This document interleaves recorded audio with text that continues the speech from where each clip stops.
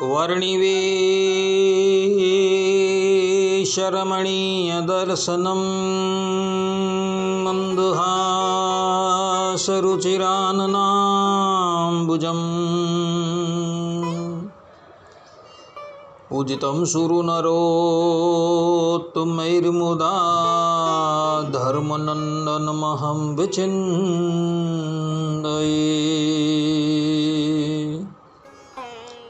अस्मद्गुरु समारम्भां नाथयामोन्मध्यमाम्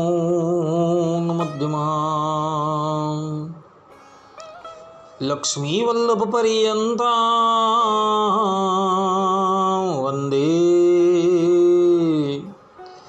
गुरुपरम्परा वन्दे गुरुपरम्परा। सहजानंद स्वामी महाराजनी जय।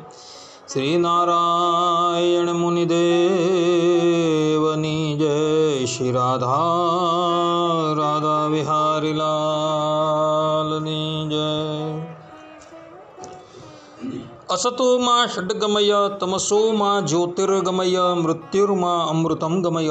ओम शांति शांति शांति। निखिल हे प्रत्यनीक कल्याणिकतान श्वेतर समस्त वस्तु विलक्षण अनंत कोटि ब्रह्मांड नायक श्रीदेवी भूदेवी नीलादेवी श्री राधादेवी ती समलंकृत सर्व अवताરના અવતારી સર્વ કારણના કારણ પરબ્રહ્મ પરમાત્મા ભગવાન શ્રી હરિની મહતી કૃપાથી આપણે બધા માનવ જીવનના સર્વોત્કૃષ્ટ લાભ એવા સત્સંગને માટે ઉપસ્થિત થયા છે। ઉપસ્થિત થનારા દરેક ભગવત ભક્તના હૃદયમાં પરોક્ષ રૂપે વિરાજમાન એ જગત કારણ તત્વ ભગવાન શ્રી હરિના ચરણારવિંદરમાં હું સાષ્ટાંગ દંડવત પ્રણામ કરી આજની આ કથાનો શુભારંભ કરું છું। ભક્તો, આજની આ કથાની અંદર આપણે બધા ભગવાન શ્રી રામના વિશ્વાસુ ભક્ત એવા રાજા સુરથનું જીવન ચરિત્ર શ્રવણ કરશું અને સાથે સાથે એ વાત પણ શ્રવણ કરશું કે ભગવાન શ્રીમન નારાયણના શરણાગતે કેવલ તેમનો વિશ્વાસ જ સંપાદન કરવાનું છે, બીજું કાંઈ નહીં। તો અહિર્બુધન્ય સંહિતાને અંદર અહિર્બુધન્ય ઋષિ શરણાગતિના 6 અંગોનું વર્ણન કરતા કહે છે કે આનુકૂલ્યશ સંકલ્પ પ્રાતિકૂલ્યશ વર્જનમ રક્ષિષ્યતિ ઇતિ વિશ્વાસો ગોપ્તૃત્વવર્ણમ તથા આત્મનિક્ષેપ કાર્પણ્યે ષડવિધા શરણાગતિ। અર્થાત કે ભગવાનની અનુવૃત્તિ પ્રમાણે એટલે કે આજ્ઞા પ્રમાણે વર્તવું એને આનુકૂલ્યશ સંકલ્પ કહે છે। ઉપાય પણ એ વરેલા ભગવાનને જે અભિમત ન હોય તેના થકી નિવૃત્તિ પામવી અર્થાત કે ભગવાનની આજ્ઞાથી વિરુદ્ધ ન વર્તવું તેને પ્રાતિકૂલ્ય વિવર્જનમ કહે છે। મારું રક્ષણ કરશે જ એવો ભગવાનની કોરનો વિશ્વાસ રાખવો એને વિશ્વાસ કહેવામાં આવે છે। આપ જ મારે માટે ઉપાયભૂત થાઓ એવી ભગવાનને પ્રાર્થના કરવી એને ગોપ્તૃત્વ વરણ કહેવામાં આવે છે। પોતાના તન મન અને ધન અને પોતાનો આત્મા સુદ્ધા ભગવાનને આપી દેવો એને આત્મનિક્ષેપ કહે છે અને અતિશય દેનપણું રાખવું એને કાર્પણ્ય કહે છે। આ પ્રમાણે શરણાગતિના જે 6 અંગ છે તેનું વર્ણન પાંચરાત્ર સંહિતાની અહિર્બુધન્ય સંહિતામાં કરેલું છે। આ જે 6 લક્ષણો બતાવ્યા એ 6 લક્ષણમાંથી કેવલ એક જ લક્ષણ એવું છે કે જો એનું વ્યવસ્થિત રીતે સંપાદન કરવામાં આવે ને તો એ મુમુક્ષુથી ભગવાન ક્યારેય પણ દૂર રહેતા નથી. અને એ લક્ષણ છે મહાવિશ્વાસ. વૈકુંઠ ગદ્યની ટીકામાં રામાનુજ સંપ્રદાયના મહાન આચાર્ય એવા વેદાંત દેશિક આચાર્ય એવું કહે છે કે શરણાગતિના જે 6 લક્ષણ છે એ 6 લક્ષણમાંથી કેવલ ભગવાનનો મહાવિશ્વાસ જ સંપાદન કરવાનો છે. જે વ્યક્તિએ ભગવાનનો મહાવિશ્વાસ સંપાદન કરી દીધો પછી પરમાત્માને અને એ મુમુક્ષુને ક્યારેય પણ દૂરી રહેતી નથી. ભગવાન શ્રી રામ વાલ્મીકી રામાયણ યુદ્ધકાંડની અંદર સુગ્રીવને કહે છે કે શુક્રુદેવ પ્રપન્નાય તવાસ્મી ઇતિ યાચતે અભયમ સર્વભૂતેભ્યો દદામ્ય એતદ વ્રતમ મમ. અર્થાત કે જે બધી બાજુથી નિરાશ થઈ એ કેવલ મારા શરણમાં આવે છે અને મારી પાસે રક્ષાની પ્રાર્થના કરે છે તેને હું બધા ભૂતોથી અભય કરી દઉં છું. આ પ્રમાણે ભગવાન શ્રી રામ પોતાના સ્વમુખે આ વાત કહી રહ્યા છે. અને વાલ્મીકી રામાયણની અંદર કોઈ ચરમ શ્લોક હોય તો એ આ છે. કોઈ પણ ગ્રંથની અંદર એક ચરમ શ્લોક હોય, જેમ કે શ્રીમદ ભગવદ્ ગીતાની અંદર સર્વ ધર્માન પરિત્યજ્ય મામેકમ શરણમ વ્રજ અહમ ત્વામ સર્વ પાપેભ્યો મોક્ષ ઈષ્યામિ મા શુચિ. આયરો આ શ્લોક જે ચરમ શ્લોક, તે જ પ્રમાણે રામાયણની અંદર આયરો આ ચરમ શ્લોક છે. આની અંદર પરબ્રહ્મ પરમાત્મા ભગવાન શ્રી રામ જે છે એ પોતાની શરણાગત વત્સલતા બતાવે છે કે ગમે એટલો મોટો પાપી હોય પરંતુ એ અનન્ય ભાવે મારા શરણની અંદર આવી મારી પ્રાર્થના કરે છે કે હે પ્રભુ, હું તમારો છું, આપ મારી રક્ષા કરો. તો ભગવાન શ્રી રામ કહે છે કે હું એને બધા ભૂતોથી અભય કરી દઉં છું. ભગવાન સ્વામિનારાયણ ગધડા મધ્યના 18મા વચનામૃતમાં કહે છે કે જેને પરમેશ્વરની ભક્તિ નહીં અને ભગવાન સર્વના સ્વામી છે, ભક્ત વત્સલ છે, પતિત પાવન છે, અધમ ઉદ્ધારણ છે, એવો પણ ભગવાનની કોરનો જેના હૈયામાં વિશ્વાસ નહીં. આથી પ્રપત્તિમાં અંગભૂત મહાવિશ્વાસની પ્રથમ અપેક્ષા કહી. એટલે ભગવાનનો વિશ્વાસ રાખવાનો છે કે ભગવાન જે છે એ ભક્તવત્સલ છે, પતિત પાવન છે, અધમ ઉદ્ધારણ છે, તો એ મારો ઉદ્ધાર અવશ્ય કરશે ને કરશે એવો જેને વિશ્વાસ હોય ને એનો ભગવાન ઉદ્ધાર કરી દે. ભલે એની પાસે કંઈ નથી, જ્ઞાન યોગ નથી, ભક્તિ યોગ નથી, કર્મયોગ નથી, કંઈ જ નથી, કેવલ ભગવાનના ચરણની અંદર પથરાની જેમ જો એ પડી રહીને તો ભગવાન એનો ઉદ્ધાર કરી દે. ભગવાન સ્વામિનારાયણ ગધડા અંત્યના 14મા વચનામૃતમાં કહે છે કે તે રામકથામાં રામચંદ્રજીએ કહ્યું છે જે મારે દ્રઢ વિશ્વાસે રહે તેની માતા જેમ બાળકની રક્ષા કરે છે તેમ હું રક્ષા કરું છું. આ શ્લોકની અંદર ભગવાન શ્રી રામ જે વાત કહે છે એ જ વાત ભગવાન સ્વામિનારાયણ અહીં ગધડા અંત્યના 14મા વચનામૃતમાં કહે છે. ભગવાન શ્રી રામે જે પ્રમાણે કહ્યું છે કે જે મારે દ્રઢ વિશ્વાસે રહે તેની માતા જે પ્રમાણે બાળકની રક્ષા કરે છે તેવું હું એ જીવની રક્ષા કરું છું.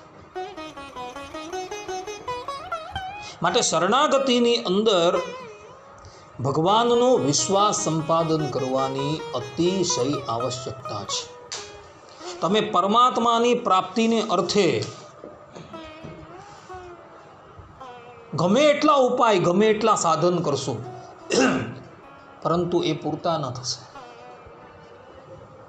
પરંતુ ભગવાનનો મહાવિશ્વાસ રાખશો ને તો તમારે સાધન કરવાની જરૂર નથી. એ ભગવાન સામું ચાલીને તમારી પાસે આવી જાય. એટલે શરણાગતિની અંદર આપણે ભગવાનનો મહાવિશ્વાસ સંપાદન કરવાનો છે. આપણે કોઈ પણ સંપ્રદાયની દીક્ષા લઈએ છીએ. એ દીક્ષા એટલે શું? એ દીક્ષા જ શરણાગતિ છે. આપણે તન, મન અને ધન બધું ભગવાનને અર્પણ કરી દઈએ છીએ અને પછી એ પરમાત્મા આપણે જે પ્રમાણે કહે એ પ્રમાણે આપણે કાર્ય કરવાનું છે. અને એ પરમાત્મા જે પ્રમાણે કહે તે પ્રમાણે તમે કરો. એ ભગવાન જે છે એ તમને સંસારથી છોડાવવાને અર્થે આવી જાય. આ સંબંધની અંદર ભગવાન શ્રી રામના અનન્ય ભક્ત અને વિશ્વાસુ ભક્ત એવા રાજા સુરત જે છે એ દ્રષ્ટાંત રૂપ છે.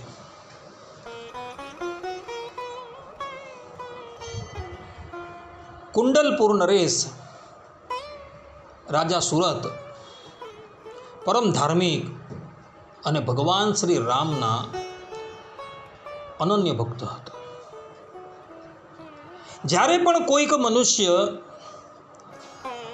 આ રાજાની પાસે કોઈક કામનાથી આવે ને ત્યારે આ રાજા એ વ્યક્તિને પૂછતા હતા કે ભાઈ, તું તારા વર્ણાશ્રમનો ધર્મ યથાર્થપણે પાળે છે? શું તું એક પત્ની વ્રત ધારણ કરીને બેઠેલો છે? શું તું બીજાના ધનની ઉપર દ્રષ્ટિ તો રાખતો નથી ને? તે ક્યારેય પણ ચોરીનું કર્મ તો નથી કરેલું ને? વ્યભિચાર તો કરેલો નથી ને? તું કોઈ વ્યસનની અંદર તો ગરકાવ નથી ને? કારણ કે જે લોકો ધર્મની વિરુદ્ધ વર્તે છે એ લોકો મહાપાપી છે. અને એવા લોકો મારા રાજ્યની અંદર એક ઘડી માટે પણ રહી શકશે નહીં. રાજાનો પ્રભાવ એવો હતો કે આ રાજા પોતે ધર્મનું આચરણ કરતો હતો અને પોતાની પ્રજાને કહેતો હતો કે તમે ધર્મનું આચરણ કરો. સુરત રાજા ભગવાન શ્રી રામના અનન્ય ભક્ત અને પોતે જીતેન્દ્રિય હતા. રાજાએ પોતે જીતેન્દ્રિય થવાનું છે અને પછી લોકોને ઉપદેશ આપવાનો છે. જે રાજા પોતે જીતેન્દ્રિય થતો નથી અને પ્રજાની ઉપર શાસન કરવા જાય છે, પ્રજા ક્યારેય પણ એની આજ્ઞા માનતી નથી. રાજા સુરત પોતે જીતેન્દ્રિય હતા, ભગવાનના અનન્ય ભક્ત હતા. એણે ભાગવત ધર્મ પોતાના જીવનમાં આચરણ કરીને બતાવેલો હતો અને પછી એ પોતાની પ્રજાને ઉપદેશ આપતા હતા કે ભાઈ, તમે બધા ધર્મ પ્રમાણે રહેજો. ધર્મ પ્રમાણે તમે રહેશો તો તમે આલોક અને પરલોકની અંદર સુખી થશો. અને એને લઈને યથા રાજા તથા પ્રજા, જેવા રાજા હોય તેવી પ્રજા. રાજા ભગવાનના ભક્ત હતા તો પ્રજા પણ ભગવાનની ભક્ત હતી. પ્રજાની અંદર પણ રાજાની ધર્મનિષ્ઠાના સંસ્કાર પડેલા હતા. ચોરે અને ચૌટે બધા જ લોકો ભગવાનની લીલાઓની ચર્ચા કરતા હતા, ધર્મની ચર્ચા કરતા હતા. રાજાની રાજસભા, એ રાજસભામાં મંત્રીઓ પણ રાજ્યને લગતી કેટલીક બાબતોની વાત કર્યા બાદ પરસ્પર ભગવત ચર્ચા જ કરતા હતા.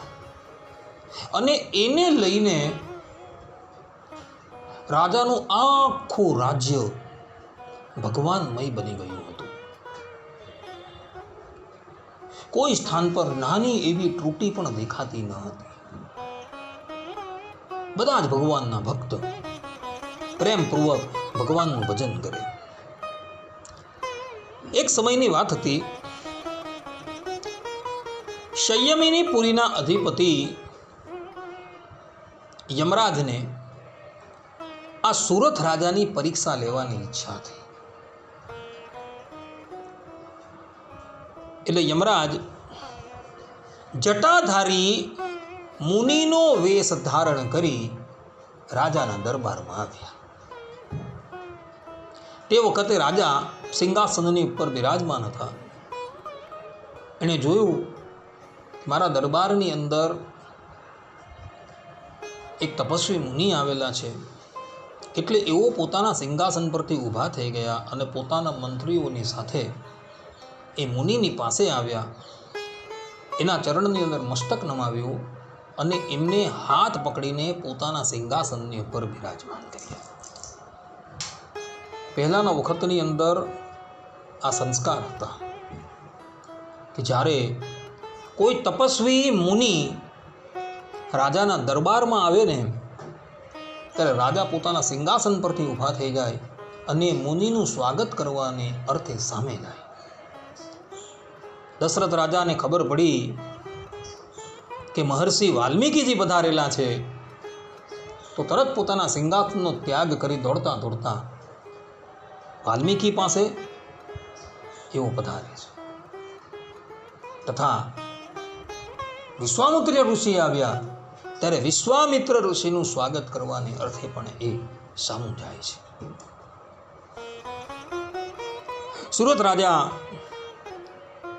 મુનિ વેશધારી યમરાજને હાથ પકડીને પોતાના સિંહાસન પર બેસાડે છે અને પાદ્ય છે, અર્ઘ્ય છે ઇત્યાદિક અર્પણ કરી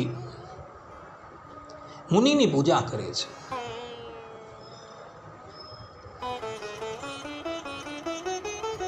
તે પછી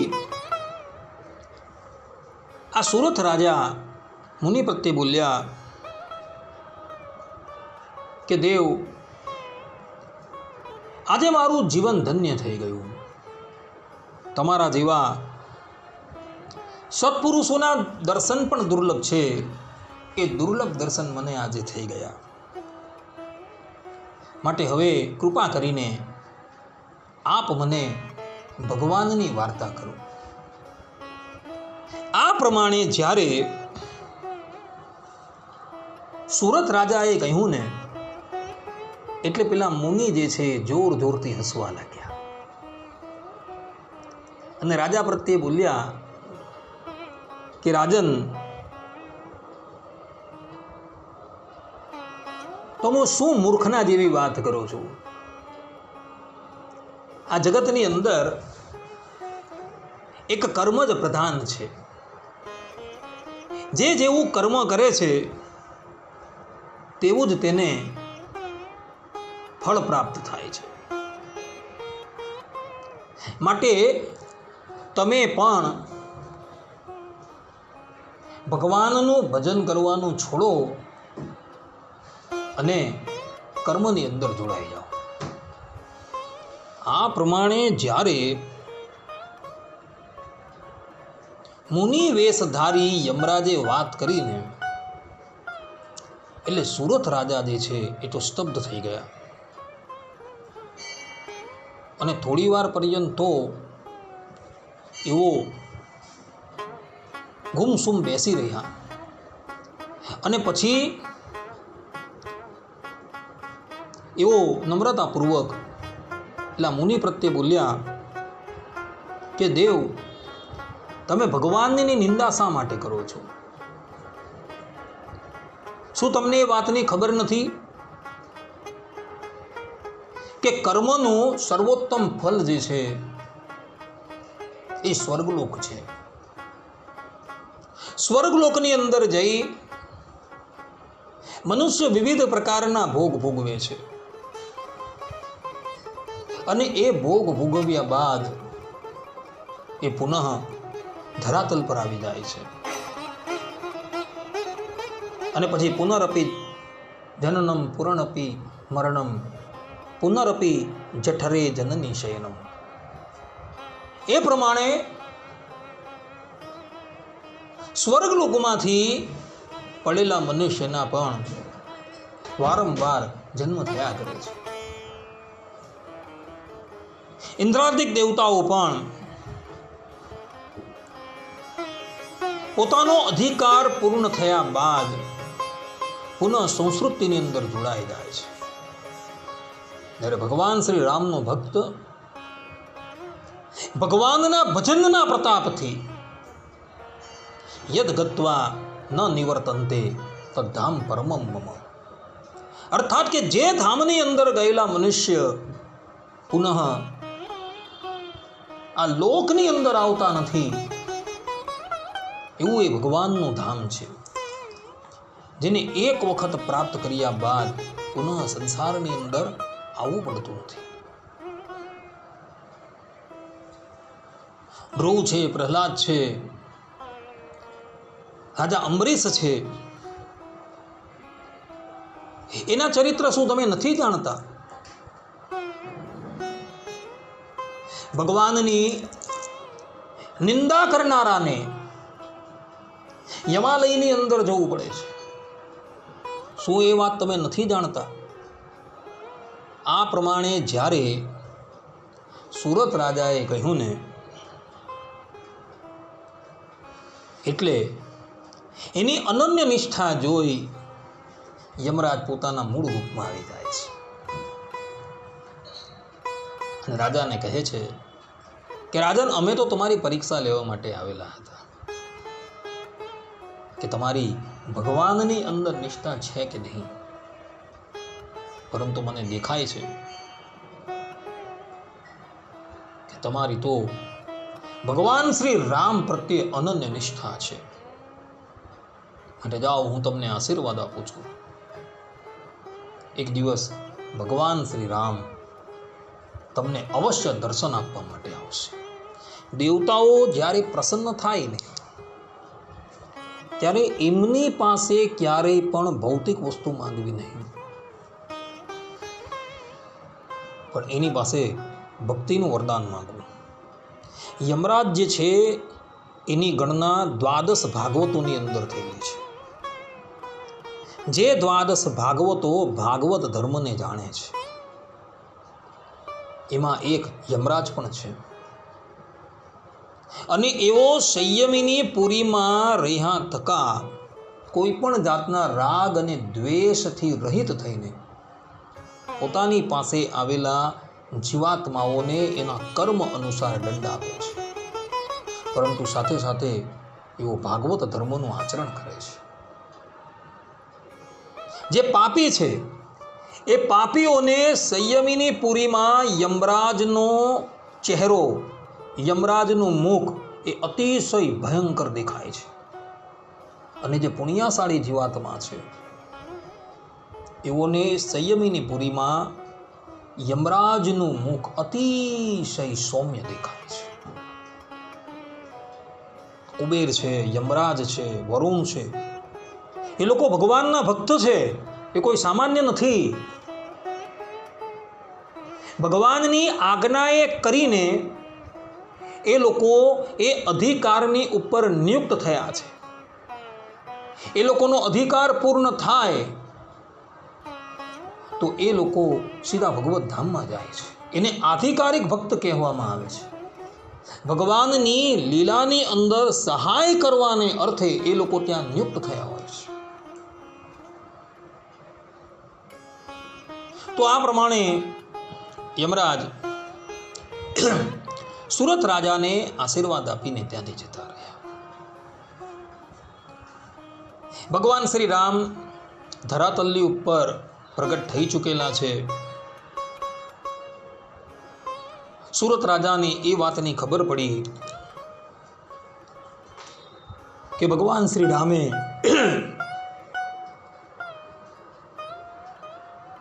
મિથિલામાં જઈ શિવ ધનુષનો ભંગ કર્યો અને ભગવાન શ્રી રામના લગ્ન જાનકીજીની સાથે થયા. એઓને એ વાતના પણ સમાચાર મળ્યા કે માતા પિતાની આજ્ઞાથી એવો વનમાં પધાર્યા. વનની અંદર રાવણે કપટથી જાનકીજીનું હરણ કર્યું અને ભગવાન શ્રી રામ લંકા જઈ રાવણનો વિધ્વંસ કરી જાનકીજીને પાછા લઈ આવ્યા. લોકલાજે કરીને ભગવાન શ્રી રામે જાનકીજીનો ત્યાગ કર્યો ઇત્યાદિ બધા જ સમાચાર આ સુરત રાજાને મળેલા છે. એમના મનની અંદર એક જ અભિલાષા છે કે મને કોઈ પણ રીતે ભગવાનના દર્શન થવા જોઈએ.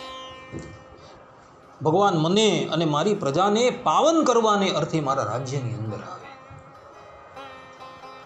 એક દિવસ એને પોતાના દૂતો દ્વારા સમાચાર મળ્યા કે ભગવાન શ્રી રામ અશ્વમેધ યજ્ઞ કરી રહ્યા છે અને અશ્વમેધ યજ્ઞના ફલ રૂપે એમણે યજ્ઞનો ઘોડો ધરાતલની ઉપર છૂટો મૂકેલો છે. અશ્વમેધ યજ્ઞ જ્યારે થાય ત્યારે યજ્ઞનો ઘોડો જે છે એનું પૂજન કરી એને ધરાતલની ઉપર છૂટો મૂકવાનો હોય છે. એના ભાલની ઉપર એક તામ્રપત્ર લખેલું હોય કે જે પણ કોઈ વ્યક્તિ આ યજ્ઞના ઘોડાને બાંધશે એણે અમારી સાથે યુદ્ધ કરવું પડશે. જો સામર્થ્યશાળી હોય તો એ લોકો યજ્ઞના ઘોડાને બાંધી દે અને દુર્બલ હોય તો એને ભેટ આપીને ત્યાંથી રવાના કરે. અશ્વમેધ યજ્ઞની અંદર જે ઘોડો આવે ને એ ઘોડો કોઈ સામાન્ય ન હોય. ઘોડાનો એક કાન જે છે ને એ શ્યામ વર્ણનો હોય અને એની પૂંછનો ભાગ જે છે એ પણ શ્યામ વર્ણનો હોય. એવો ઘોડો લાવવામાં આવે અને પછી એનું પૂજન કરવામાં આવે અને પૂજન કરી એને છૂટો મૂકવામાં આવે. એની પછાડી જે રાજા અશ્વમેધ યજ્ઞ કરતો હોય એનું લશ્કર એની રક્ષા કરતું થકું પાછળ જતું હોય. ઘોડો જે સ્થાન પર બેસે જે સ્થાન પર ઊભો રહે ત્યાં પેલા બધા ઊભા રહી જાય. ઘોડો જે સ્થાનની ઉપર મલમૂત્રનો ત્યાગ કરે એ જગ્યાને સાફ કરી ત્યાં હવન આદિ કરવામાં આવે. એમ કરતાં કરતાં એક વર્ષે એ ઘોડો જે છે એ પૃથ્વી પર વિચરણ કરતો થકો પુનઃ યજ્ઞ મંડપમાં આવે. યજ્ઞ મંડપની અંદર જ્યારે આવે ત્યારે યજમાનના જે પુરોહિત જે છે એ ઊભા થાય અને એનો કાન આવે ને એ કાનને આમ જરાક મરડે અને મરડે એટલે એમાંથી દૂધની ધારા નીકળવા માંડે અને પછી એ યજ્ઞના પુરોહિત યજમાનને કહે કે હવે આ ઘોડાને કાપો.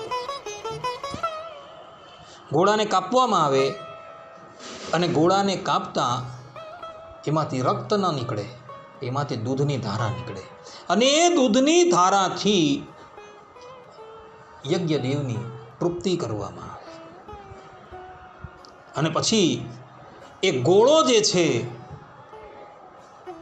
એ દિવ્ય રૂપ ધારણ કરીને સ્વર્ગમાં ચાલ્યો જાય અને એનું જે શરીર આવે ને એ કપૂરના રૂપમાં પરિણિત થઈ જાય. જે કપૂર અત્યારે આપણે પૂજાની અંદર ઉપયોગ કરીએ છીએ. પહેલાના વખતની અંદર જે અશ્વમેધ યજ્ઞ થતા હતા ને એનો ઘોડો દેવલોકમાંથી આવતો હતો.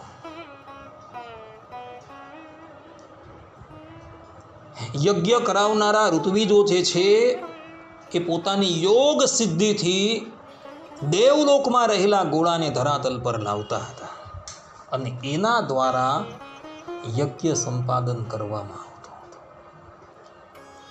પરંતુ કળિયુગની અંદર એવા ઘોડા મળવા દુર્લભ હોવાથી અને એવા ઋત્વિજો પણ યોગ સિદ્ધિથી રહિત હોવાથી કલિયુગમાં અશ્વમેધ યજ્ઞ તથા રાજશ્વી યજ્ઞને વર્જ્ય માનવામાં આવ્યા છે.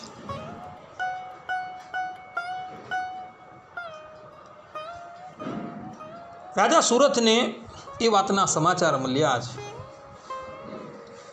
કે ભગવાન શ્રી રામ અશ્વમેધ યજ્ઞ કરી રહ્યા છે અને અશ્વનો ઘોડો ફરતો ફરતો આપણા કુંડલપુર નગર પાસે આવેલો છે. અશ્વની રક્ષાને અર્થે શત્રુઘ્નજી, હનુમાનજી તથા અંગદ ઇત્યાદિ વીર યોદ્ધાઓ નિયુક્ત થયા છે. રાજા સુરથે મનોમન વિચાર કર્યો કે આપણે અશ્વનો ઘોડો જો બાંધી દઈએ તો આપણે યુદ્ધ કરવું પડે. આપણી પાસે એવું સામર્થ્ય છે નહીં, પરંતુ આપણું આ યુદ્ધ જે છે એ ભગવાન શ્રી રામના પાર્ષદોની સાથે થશે અને એ બાને આપણે ભગવાન શ્રી રામના પાર્ષદોના દર્શન થઈ જશે. રાજાએ પોતાના પુત્રને કહી તથા સેનાપતિ ઇત્યાદિકને કહી યજ્ઞનો ઘોડો બાંધી દીધો. હવે યજ્ઞનો ઘોડો બંધાઈ ગયો અને એ વાતના સમાચાર શત્રુઘ્નજીને પ્રાપ્ત થયા એટલે શત્રુઘ્નજીએ યુવરાજ અંગદને રાજા સુરથની પાસે મોકલ્યા અને કહ્યું કે તમે આ યજ્ઞના ઘોડાને છૂટો કરો, અન્યથા અમારી સાથે યુદ્ધ કરવા તૈયાર થાઓ. આ પ્રમાણે અંગદજીએ આવીને કહ્યું એટલે સુરત રાજા કહે છે કે અમે યજ્ઞનો ઘોડો આપવા તૈયાર નથી, અમે તમારી સાથે યુદ્ધ કરશું. અંગદે કહ્યું કે રાજન, તમે જાણો છો તમે શું કહી રહ્યા છો? આ રામના યોદ્ધા છે, જેને રાવણ જેવો મહાપ્રતાપી રાક્ષસ તથા કુંભકર્ણ જેવો મહાપ્રતાપી રાક્ષસ પણ પહોંચી નથી વળ્યા, એની સાથે તમે યુદ્ધ કરવાની વાત કરો છો. સુરત રાજાએ કહ્યું કે અંગદ, મારી પાસે ભગવાન શ્રી રામનો દ્રઢ આશરો છે, મારી પાસે બીજું કંઈ નથી. હું કેવલ ભગવાન શ્રી રામના વિશ્વાસ પર તમારી સાથે યુદ્ધ કરીશ અને હું તમને ચુનૌતી આપું છું કે હું તમને બધાને બાંધીને મારા રાજ્યની અંદર લઈ જઈશ. આ પ્રમાણે જ્યારે સુરત રાજાએ કહ્યું ને એટલે અંગદ ખળખળ હસવા લાગ્યા અને પછી સુરત રાજાને કહે છે, ભલે આપણી હવે રણ મેદાનની અંદર મુલાકાત થશે. સુરત રાજા અંગદને કહે છે કે ભલે, અને પછી સુરત રાજા પણ પોતાની નાનકડી સૈન્ય ટુકડીને લઈને નગરની બહાર નીકળ્યા. સામે જુએ છે તો ભગવાન શ્રી રામની સેના ન હતી, પરંતુ સેનાના રૂપમાં મહાસાગર હતો. બંને સેનાઓ વચ્ચે ભયંકર યુદ્ધ થાય છે. સુરત રાજા પોતાના ધનુષની ઉપર રામાસ્ત્રનું સંધાન કરે છે અને પ્રતિજ્ઞા કરે છે કે મને ભગવાન શ્રી રામના ચરણ સિવાય અન્ય કોઈનો આશરો ન હોય, મને કેવલ ભગવાન શ્રી રામનો જ વિશ્વાસ હોય તો આ રામાસ્ત્રથી ભગવાન શ્રી રામના બધા જ સેવકો અત્યારે ને અત્યારે બંધાઈ જાય. અને આ પ્રમાણે કહી સુરત રાજાએ એ અસ્ત્ર શત્રુઘ્નની સેનાની ઉપર છોડી દીધું. અને કહેવાય છે કે સેનાની અંદર રહેલા અંગદ છે, હનુમાન છે, શત્રુઘ્ન છે, બધા લોકો બંધાઈ ગયા છે. કેટલાય ધમપછાડા કર્યા છે, પરંતુ કોઈ છૂટી શક્યું નહીં. સુરત રાજા બધાને લઈને પોતાના રાજ્યમાં આવે છે અને બધાને કેદખાનામાં નાખી દે છે. એ સમયે હનુમાનજી મહારાજ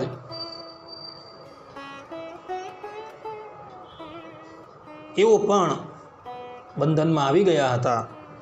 બંધનમાં આવતા આવતા હનુમાનજી મહારાજ ભગવાન શ્રી રામને સંભાળે છે. પોતાના ભક્તોનું સ્મરણ થતા ભગવાન શ્રી રામ પુષ્પક વિમાન પર બિરાજમાન થઈ સાથે લક્ષ્મણજીને લઈ સુરત રાજાના રાજ્યમાં આવે છે.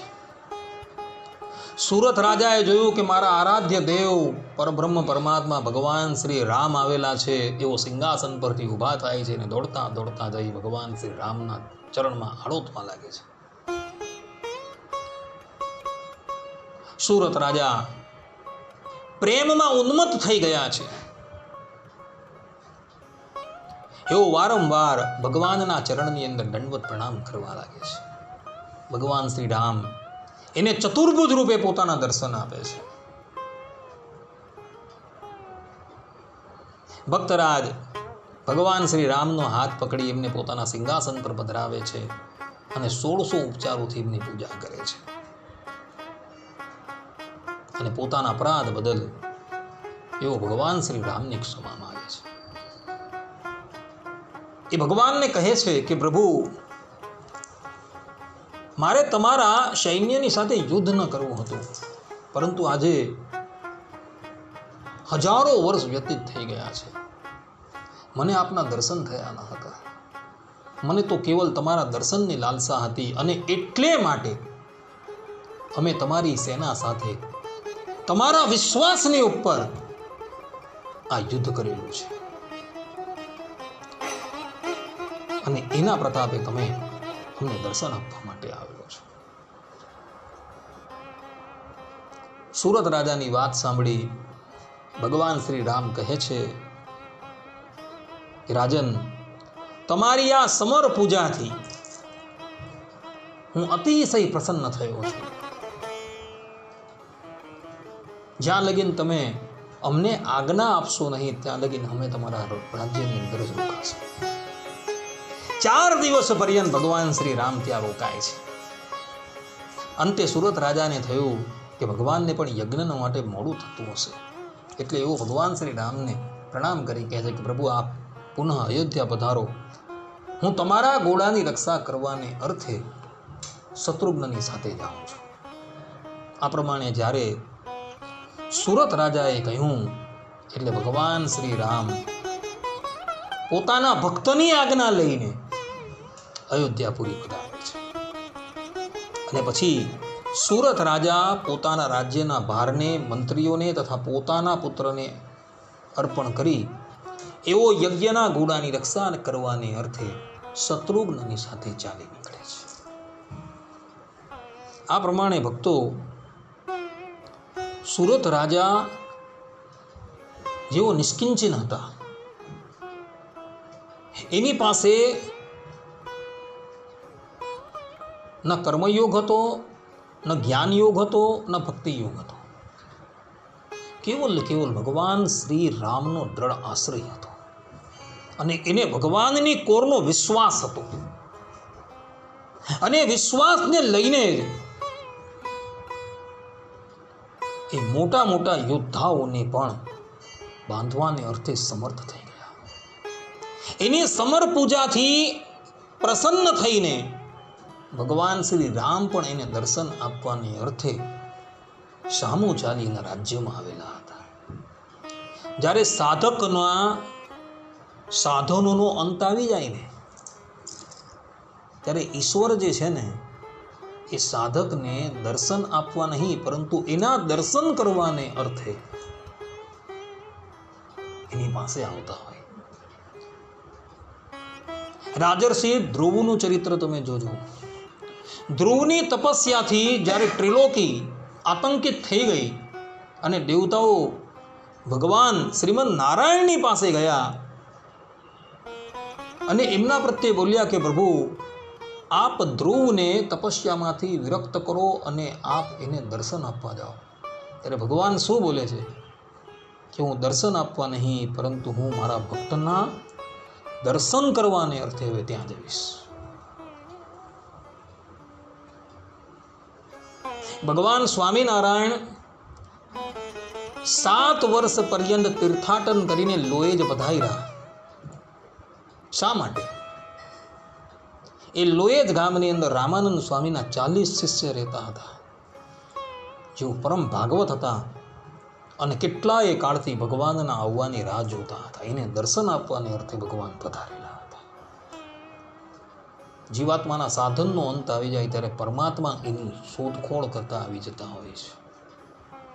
એટલે આપણે પણ આપણા જીવનની અંદર એવા સાધનો કરવાના છે કે જેથી કરીને ભગવાન સામું ચાલીને તમારા દર્શન કરવા માટે આવે. અને એ સાધનની અંદર સર્વોત્તમ સાધન છે શરણાગતિ.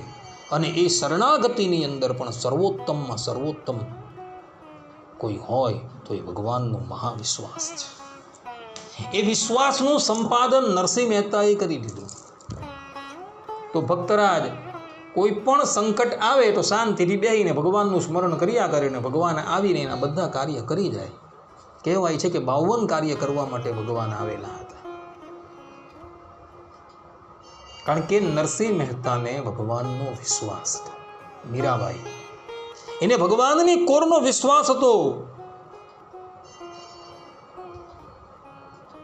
તો એને લઈને કેટલી વખત ભગવાન શ્રી કૃષ્ણ મીરાબાઈની પાસે આવી એની રક્ષા કરે છે. ભક્તરાજ પ્રહલાદ, એના પિતા હિરણ્યકશ્યપુએ એને મોતને ઘાટ ઉતારવાને અર્થે સહેજ પણ કસર રાખેલી ન હતી. પરંતુ પ્રહલાદજીને ભગવાનનો વિશ્વાસ હતો. શું પ્રહલાદજીએ કોઈ દિવસ ભગવાનને પુકારેલા કે પ્રભુ આપ આવો અને મારી રક્ષા કરો? ક્યારેય પણ નહીં. પરંતુ એને વિશ્વાસ હતો કે મારા પ્રભુ આવશે જ. તો જ્યારે જ્યારે હિરણ્યકશ્યપુ એને મારવા માટે તૈયાર થતો હતો ત્યારે ભગવાન આવીને રક્ષા કરતા હતા. બસ કેવલ આપણે ભગવાનનો વિશ્વાસ સંપાદન કરવાની જરૂર છે. જે પ્રમાણે આ સુરત રાજાને ભગવાનનો વિશ્વાસ હતો તો એ આખી રામની સેનાને ભારી પડી જાય એકાકી, અને આખી સેનાને બાંધીને એવું એ કેદમાં નાખી. એમાં હનુમાનજી પણ આવી ગયા હતા. જે હનુમાનજીએ પોતાના બાહુબળથી લંકાની આખી સેનાને વિધ્વંસ કરી નાખેલી હતી. એ હનુમાનજી બંધનમાં આવી ગયા હતા. માટે ભક્તો, શરણાગત થયા છો તો ભગવાનનો વિશ્વાસ રાખજો. આપણા સુરતની અંદર આપણા સ્વામિનારાયણ સંપ્રદાયના એક ભગાભાઈ રહેતા હતા. આ ભગાભાઈને ભગવાન સ્વામિનારાયણની અનન્ય નિષ્ઠા અને અનન્ય ભાવે ભગવાનનું ભજન કરે અને અનન્ય શરણાગતિ, ભગવાનની કોરનો વિશ્વાસ, મારા જનને અંતકાળે જરૂર મારે આવવું. અર્થાત કે જે મારો આશ્રિત છે એ મારા આશ્રિતને અંતકાળે હું અવશ્ય લેવા માટે આવીશ. આવો એને વિશ્વાસ હતો. અને એની કરણી કેવી કે સુરતની અંદર 2 જણને પરસ્પર લડાવે અને પછી બંનેનું સમાધાન કરાવે અને બંને પાસેથી પૈસા લે. પેલા બધા કહે કે ભગા, ત્રીજા નરકની અંદર તને જગા પ્રાપ્ત નહીં થશે. ભગવો કહે કે નહીં, હું ભગવાન સ્વામિનારાયણનો આશ્રિત છું. મારા ઈષ્ટદેવ જીવાત્માની કરણી નથી જોતા, એ પોતાનું બિરુદ યાદ રાખે છે અને એ ભૂલી ગયા છે કે મારા જનને મારે અંતકાળે જરૂર આવવું. જે દિવસે મારા ઈષ્ટદેવ મને લેવા માટે આવે ને ત્યારે તમે બધા મારી સાથે આવજો. ત્યારે પેલા બધા મજાક કરતા કરતા કહે કે અમે તને લેવા આવનારા વિમાનનું પૈડું પકડી રાખશું, તું અમને પણ લઈ જજે. અને ભગવાનના ભક્તના વિશ્વાસને અર્થે જ્યારે ભગાભાઈનો અંતકાળ આવ્યો ને ત્યારે ભગવાન શ્રી હરિ હજારો હજાર મુક્તોને લઈને સુરત પધારેલા છે. અને ભગાને કીધું કે ભગા ચાલ, તારો સમય થઈ ગયો, બેસી જા વિમાનમાં, આપણે ભગવત ધામમાં જવાના. ભગાભાઈ કહે છે કે પ્રભુ ઊભા રહ્યો. સુરતની અંદર રહેલા બધા લોકોને કીધું કે મારા ઈષ્ટદેવ મને લેવા માટે આવેલા છે, તમારે આવવું છે, બેસી જાઓ ચાલો. પણ ધિક્કાર છે સુરતની જનતાને કે કોઈ એની સાથે ગયું નહીં, એકાકી ભગાભાઈ જ ગયા. અને બધાના દેખતા વિમાનમાં બેઠા અને એ વિમાન થોડી વારમાં દ્રશ્ય થઈ ગયું. ભક્ત ચિંતામણીની અંદર પરચા પ્રકરણની અંદર આ પ્રસંગ નોંધાયો છે. ભક્તોને વિશ્વાસ હતો કે ભગવાન જે છે જીવાત્માની કરણી નથી જોતા, એ અનન્ય નિષ્ઠા જોઈ છે. અને અનન્ય નિષ્ઠા જેની હોય, જે અનન્ય વિશ્વાસ ધરાવતો હોય, ભગવાન એનું કલ્યાણ ચક મારીને કરે, ભલે એની પાસે કોઈ સાધન નથી. કારણ કે ભગવાનની પ્રાપ્તિને અર્થે તમે જેટલા પણ સાધન કરશો એ બધા ઓછા જ પડવાના છે. એક કૃપાપાત્ર છે, ક્રિયાપાત્ર નથી. એક કૃપા હશે ને તો જ તમારી પાસે આવશે, તમને એનો વિશ્વાસ હશે તો જ તમારી પાસે આવશે, બાકી નહીં આવે કોઈ દિવસ.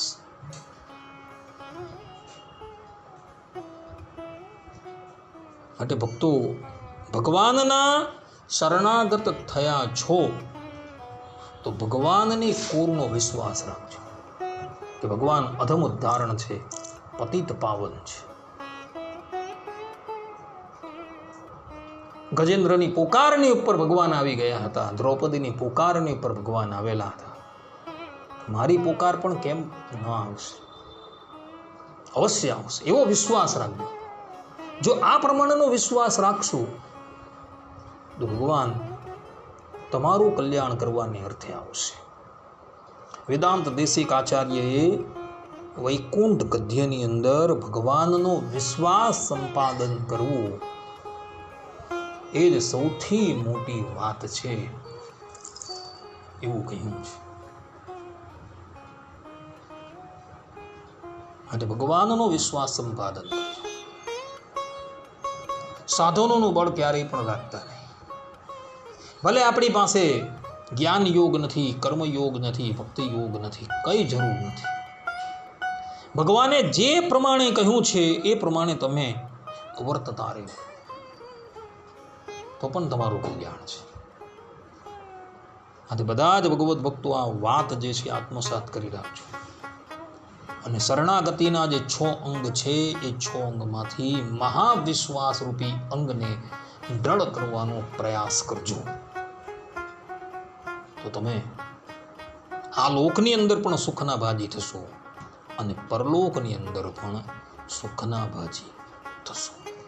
આ પ્રમાણે ભક્તો રામાયણની અંદર રાજા સુરથનું જીવન ચરિત્ર આપવામાં આવેલું છે. અસ્તુ. વારણી